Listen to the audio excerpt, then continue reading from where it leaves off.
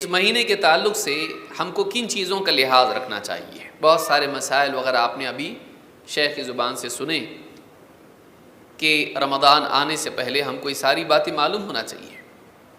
تو سب سے پہلی چیز جو ہے وہ یہی ہے کہ ایک آدمی رمضان میں داخل ہونے سے پہلے رمضان کے بارے میں ضروری معلومات حاصل کر لے۔ رمضان کی فضیلت، رمضان میں کیسے کیا کیا اعمال کرنے ہیں اور وہ اعمال کیسے کرنے ہیں، تو ایک اعتبار سے ان اعمال کی فضیلت اس کو معلوم ہو، دوسرے یہ کہ ان اعمال کے مسائل اس کو معلوم ہو۔ قیام اللیل کی کیا فضیلت ہے اگر معلوم نہ ہو تو آدمی اپنے کام کاج میں لگا رہے گا اور موبائل فون میں لگا رہے گا، گھر میں آرام کرے گا، نماز نہیں پڑھے گا۔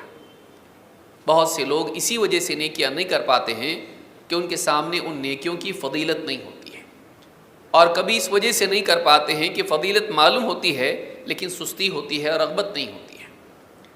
تو ایک تو رمضان کے آنے سے پہلے رمضان میں کیا کیا کیا جاتا ہے اور ان پر اللہ کی طرف سے کیا کیا وعدے ہیں، کیا کیا انعامات اللہ نے رکھے ہیں، چاہے آپ نے پہلے پڑھا ہو لیکن اپنے تجدید ایمان کے طور پر اپنی رغبت کو بیدار کرنے کے لیے آدمی وہ فضیلت کی باتیں پڑھے، چاہے وہ ریاض الصالحین ہو، امام النووی کی کتاب، یا اسی طرح سے حافظ منذری کی کتاب ہو الترغیب والترہیب، یا پھر علماء نے جو خاص طور سے رمضان سے متعلق کتابیں لکھی ہیں، اور بہت ساری کتابیں ہیں جن میں رمضان میں کیے جانے والے اعمال کی فضیلت بیان کی ہے۔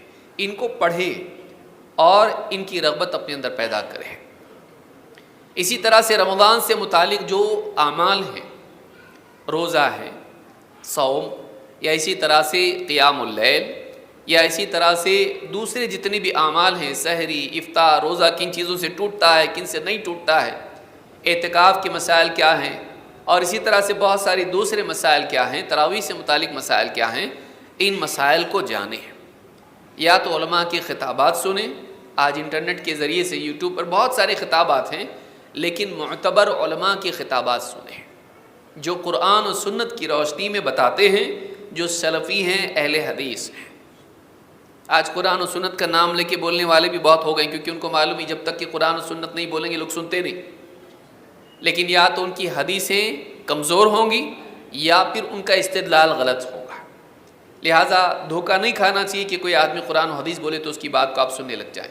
آپ معتبر علماء سے سنیں اور انہی کی بات سنیں۔ 50 قسم کے لوگوں کو آپ سنیں گے، کنفیوز ہو جائیں گے۔ لہٰذا قابل اعتماد ذرائع سے، قابل اعتماد علماء کی باتوں کو آدمی سنے اور پڑھے اور اپنے آپ کو تیار کرے۔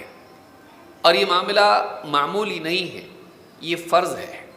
اللہ کے نبی صلی اللہ علیہ وسلم فرماتے ہیں طلب العلم فریضۃ علی کل مسلم، علم حاصل کرنا ہر مسلمان پر فرض ہے۔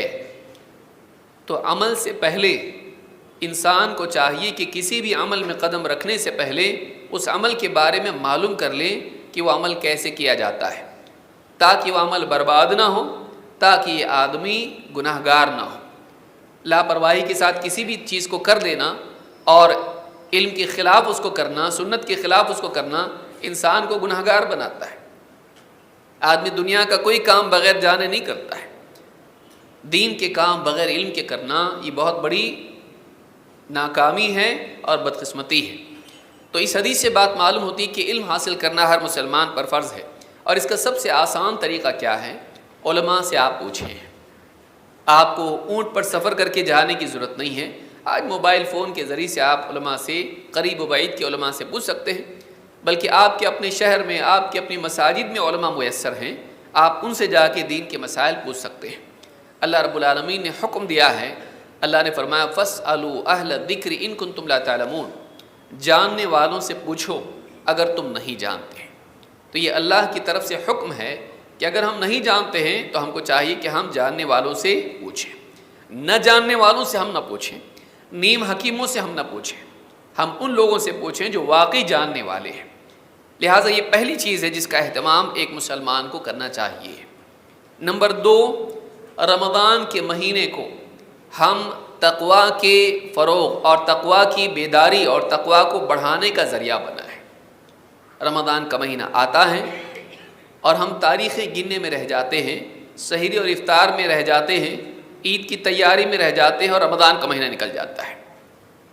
پھر رمضان کے بعد بیٹھ کے آپس میں بات کرتے ہیں، کتنے جلدی رمضان گیا نا، معلوم ہی نہیں پڑا۔ آپ کو معلوم نہیں پڑا اس وجہ سے کہ آپ نے ہر دن کا برنامج نہیں بنایا، اپنا مقصد نہیں بنایا کہ یہ مہینہ آیا ہے تو اس سے مجھ کو کیا حاصل کرنا ہے، اس مہینے سے مجھ کو کیا پانا ہے۔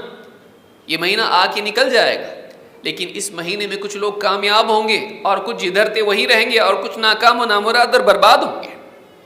یہ مہینہ میرے لیے کامیابی کا ہے، ناکامی کا؟ اس مہینے کا مقصود کیا ہے؟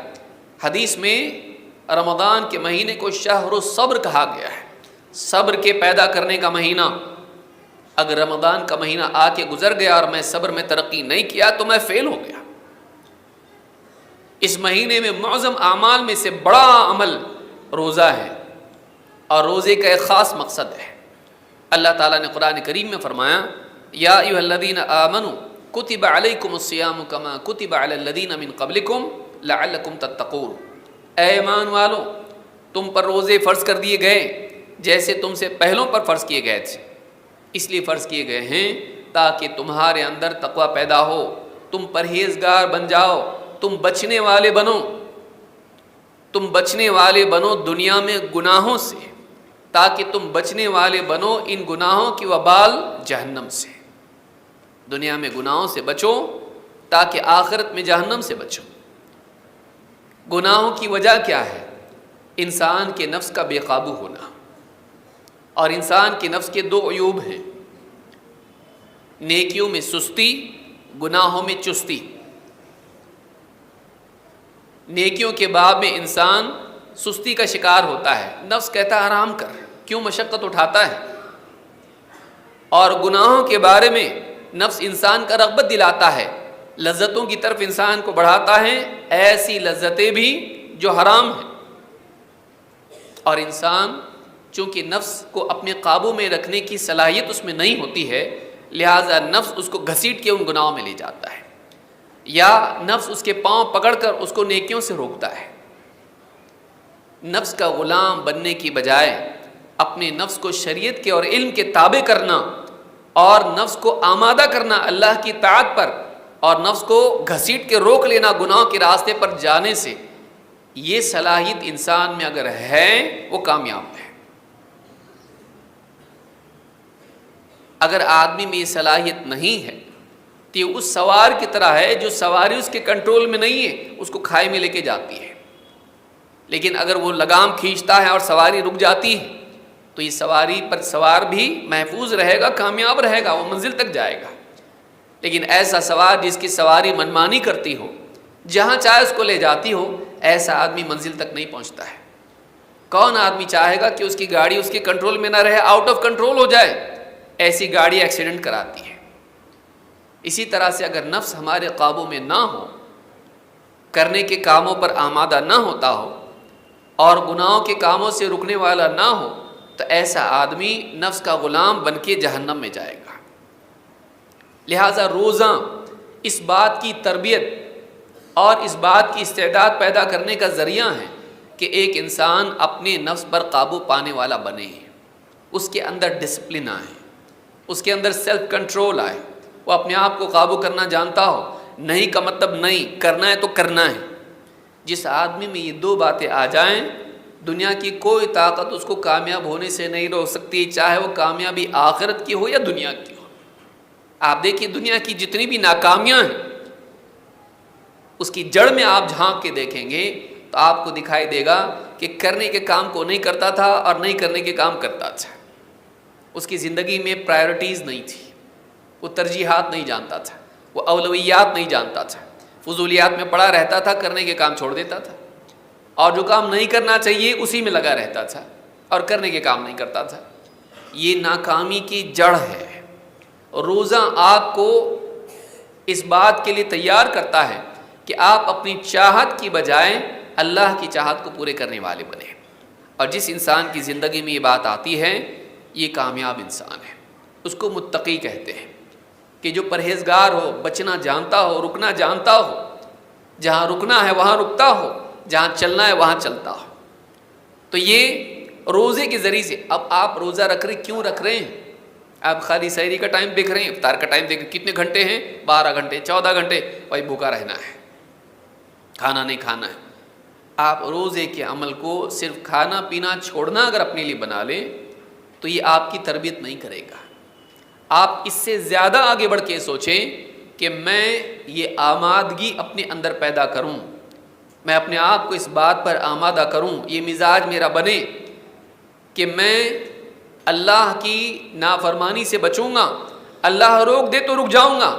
میرا رب اگر مجھ کو روک دے تو میں حرام تو دور، میں حلال بھی چھوڑوں گا.